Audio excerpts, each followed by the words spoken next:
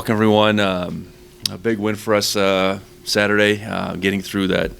I think that stretch of games that I think a lot of people thought we were supposed to win, and doing that, and now getting ready for a big game against a team that obviously has had its way the last several years in the league, and getting an opportunity to play on a big stage. It was a great opportunity for our guys, and quick week, so we were back at it yesterday, and I think the guys have responded real well, and we're halfway home, it seems like, already as far as our preparation goes. So with that, I'll open up for questions.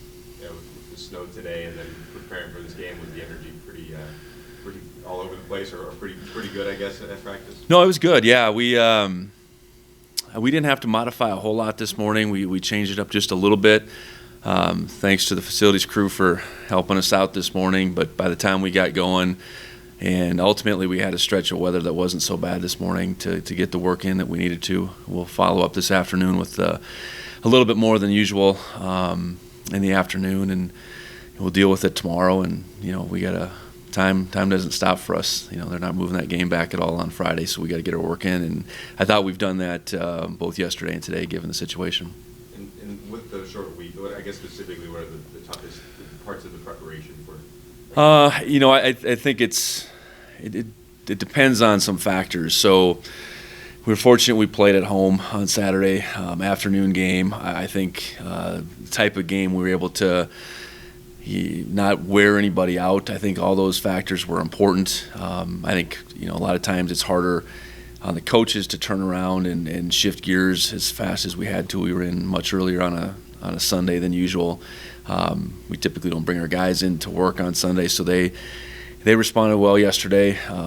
Essentially got in yesterday what we would have done this morning. But I think our guys knew the plan going in, and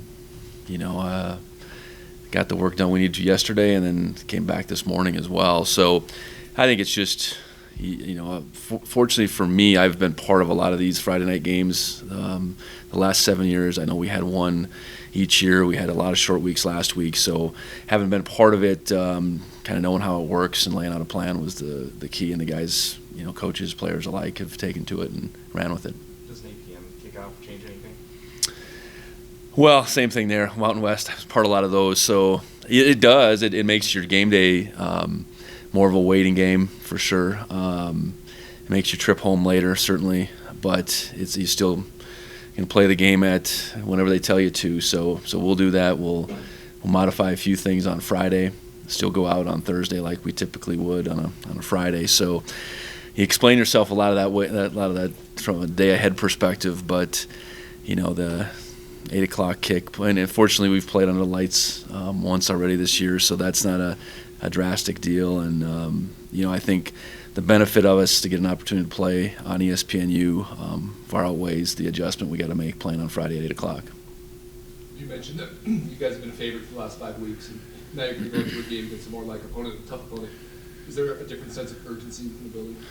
Well, I hope that we've had the correct sense of urgency every week, but I think human nature would probably say that there is. But I do think our guys handled their preparation each one of these last 5 weeks relative to the 5 opponents like we want them to. Very business-like.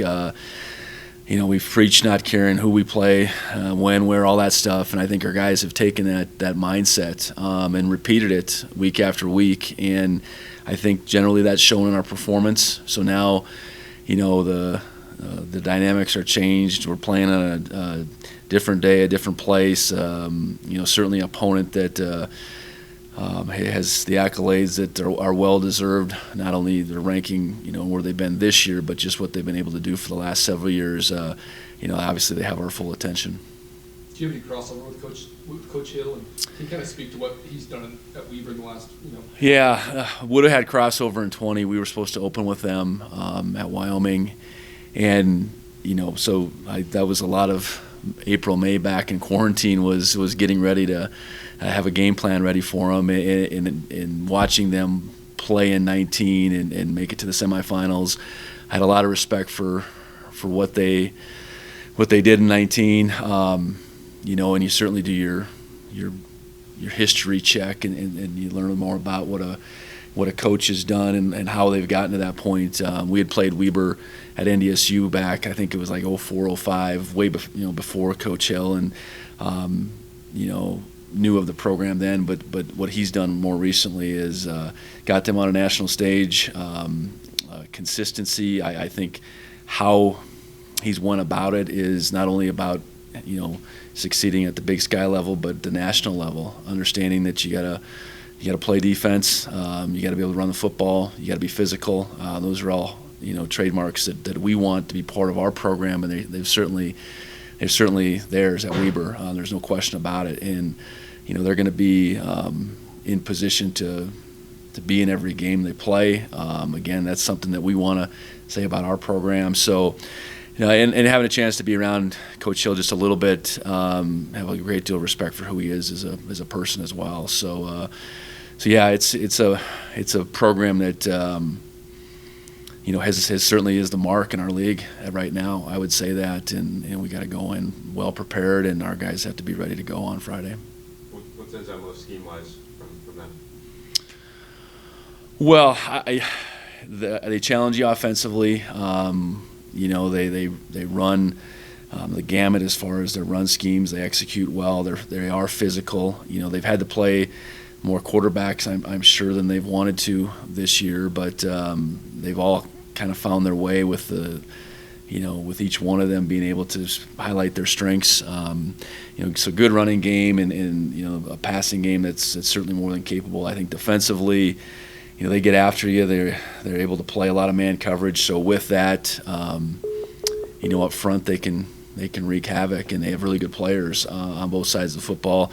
And then special teams wise, that's not just about one player. Although in Shadi they got a tremendous threat there, but they obviously take special teams very seriously, and that's certainly been an edge for them over the years. Are you going to try to kick away from him? Is there any plan with trying to?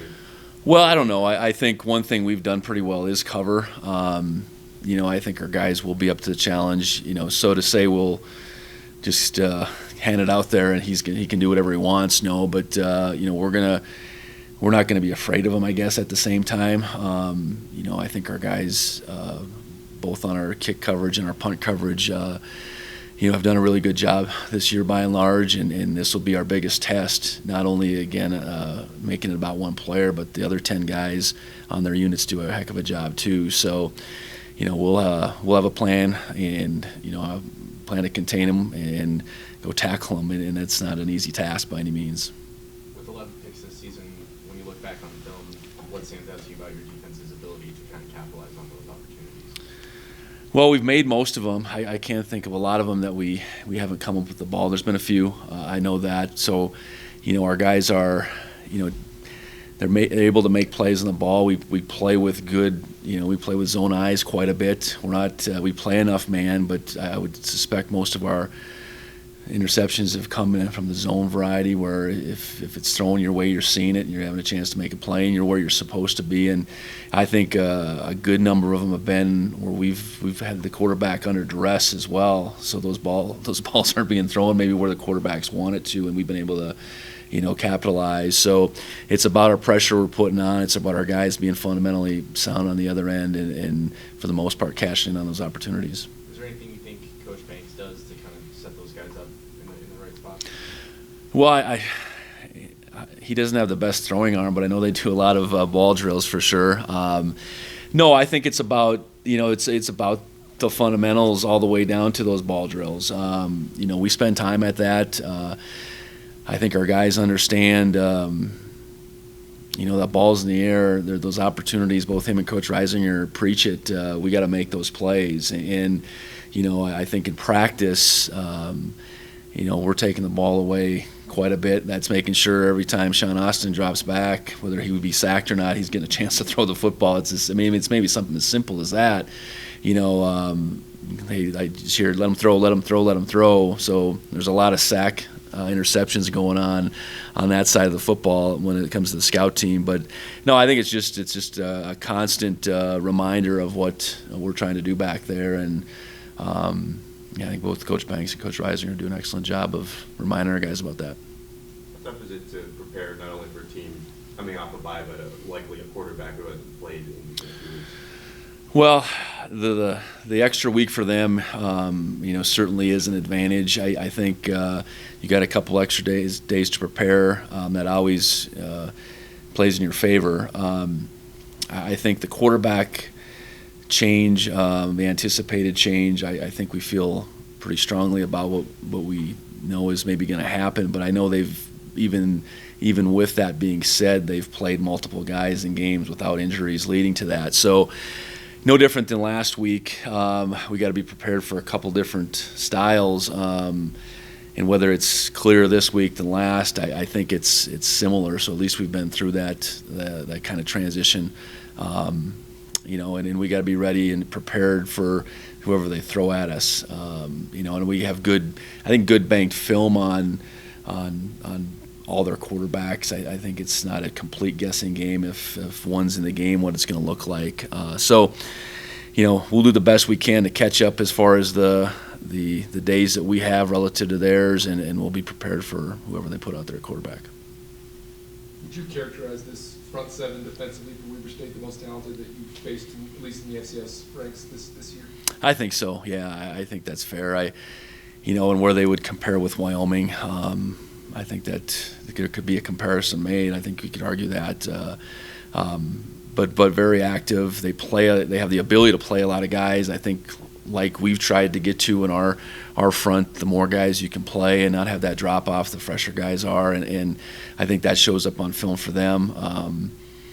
They allow their guys to play a pretty simple game and know what they're going to do and do it really fast. So a lot of ways how they play their front seven, it's comparable to how we do and how we're trying to. So yeah, it's going to be formidable, and we're going to know where they're at. I think that's different than maybe a couple of the opponents that we've played. But the task now is to get on them and stay on them and win those battles over and over again. Anybody you're going to be getting back for this game? Anybody you're going to be missing, you expect? Yeah, first time we've had Nate Stewart out on the field all year, so I think that's moving in the right direction. I think our R.J. Fitzgerald, he will be ready to go. Ryan Davis has not played the last couple weeks. I think Ryan would be approaching being game ready. So, you get those three guys back, all experienced guys that haven't played a lot for us at this point. Ryan's played the most. It'll be good to get them back on offense. Defensively, really be the same group that we had. I think, we were able to play Tyrell probably more than we anticipated last Saturday. So I'd say he's full go. I think he played, 30 plays. So I think to say that he's back is accurate. But otherwise, we're pretty much status quo. And those three guys you said will be active for the game? Yeah, they were out there for really the first time in a full padded practice today, but I think that's the way that would be trended. And James, can you speak to what happened with James as far as injury? And Davis, I guess. Davis was an upper body injury that he's dealt with, and in James, lower body that he'll be back from, and he's making his way back. We're hopeful that a couple weeks down the road that he'll be back. With Tyrell back, do you expect to have kind of just a rotation there at that defensive backfield? Or? I think so. Yeah, similar to when James, Eric, and Simeon were rotating pretty equally. I think that's ultimately what it kind of got to on Saturday, without that being the plan. So yeah, I think we really plug in Tyrell from where James was. A question about your young specialists, both kickers being new to the program and young guys in a position that has a decent amount of pressure on. So how have you thought they performed and contributed? Yeah, I'll talk about Blake first. Blake was in a battle with Luke Pollock in preseason and really going back to spring ball. Luke went down with an injury that debilitated him for a while, and Blake, it was really to the point where we hadn't made a decision, but Blake, got the nod by, I don't want to say by default, but that's just the direction it went with, and he's he's performed very well. He's kicked the ball off very consistently, number of touchbacks. Directionally, he's putting it where he needs to. I know he's had a couple hiccups in there, but not too many, as many times as we've kicked off. And then from a place kicking perspective, really couldn't be more pleased. I know I think he's got one miss from a PAT perspective, and his field goal misses a couple snaps, and then the 52-yarder the other day just missed. So, probably more than we imagined, and I really like Blake's demeanor. He's a competitive kid that believes in himself, and I think he's just going to continue to get better and better in that position. Bryce probably had his best and most consistent day this past Saturday. I know he has, I think, tremendous ability to get into the football, and for his first time punting, he's been pretty dang consistent. Maybe not as booming as he'd like to be, honestly, and he's his biggest critic. But as far as directionally putting the ball where he wants to, he hasn't really completely mishit a ball all year. I know he doesn't have a touchback, so he's done a good job that I think that'll continue to improve. And Tommy Sullivan, as a long snapper, while not perfect, has really given us a chance to say, okay, there's a guy that for 4 years, hopefully no one knows his name. He can just be a consistent guy that does his job, and he's honestly done a really good job hustling down on the punt team and being a part of that coverage as well. And you guys have put up a lot of points and had a lot of sustained drives offensively. Is that challenging for a punter when maybe you don't come in until the late third quarter? I think that's fair. I'd rather it be that way. To say that, as a punter, you ever get in rhythm when your offense is in rhythm, I think that's fair. And I know we've had a few games where the wind has maybe been a little bit of a factor, but by and large, I think Bryce has really handled the duties well, and he's been in, he's had to kick out of his end zone a few times, and that hasn't fazed him. So, I think we're just the beginning stages of what Bryce can do, but really been pleased at this point. And Tyrell, how would you kind of characterize his spirits when he was out, and also kind of what he did, in meetings and things like that? Well, he's a spirited individual for sure, competitive.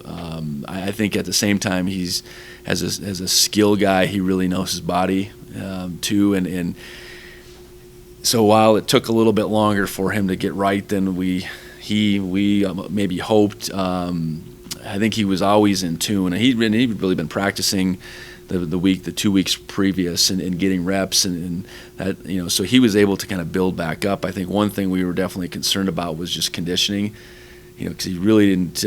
He missed some time in the summer, missed most of fall camp, so it was a part of just getting his conditioning levels up. But as far as him being locked in, he was there and helping out the younger guys, Simeon in particular, and getting himself ready to go, which I think he did and performed real well on Saturday.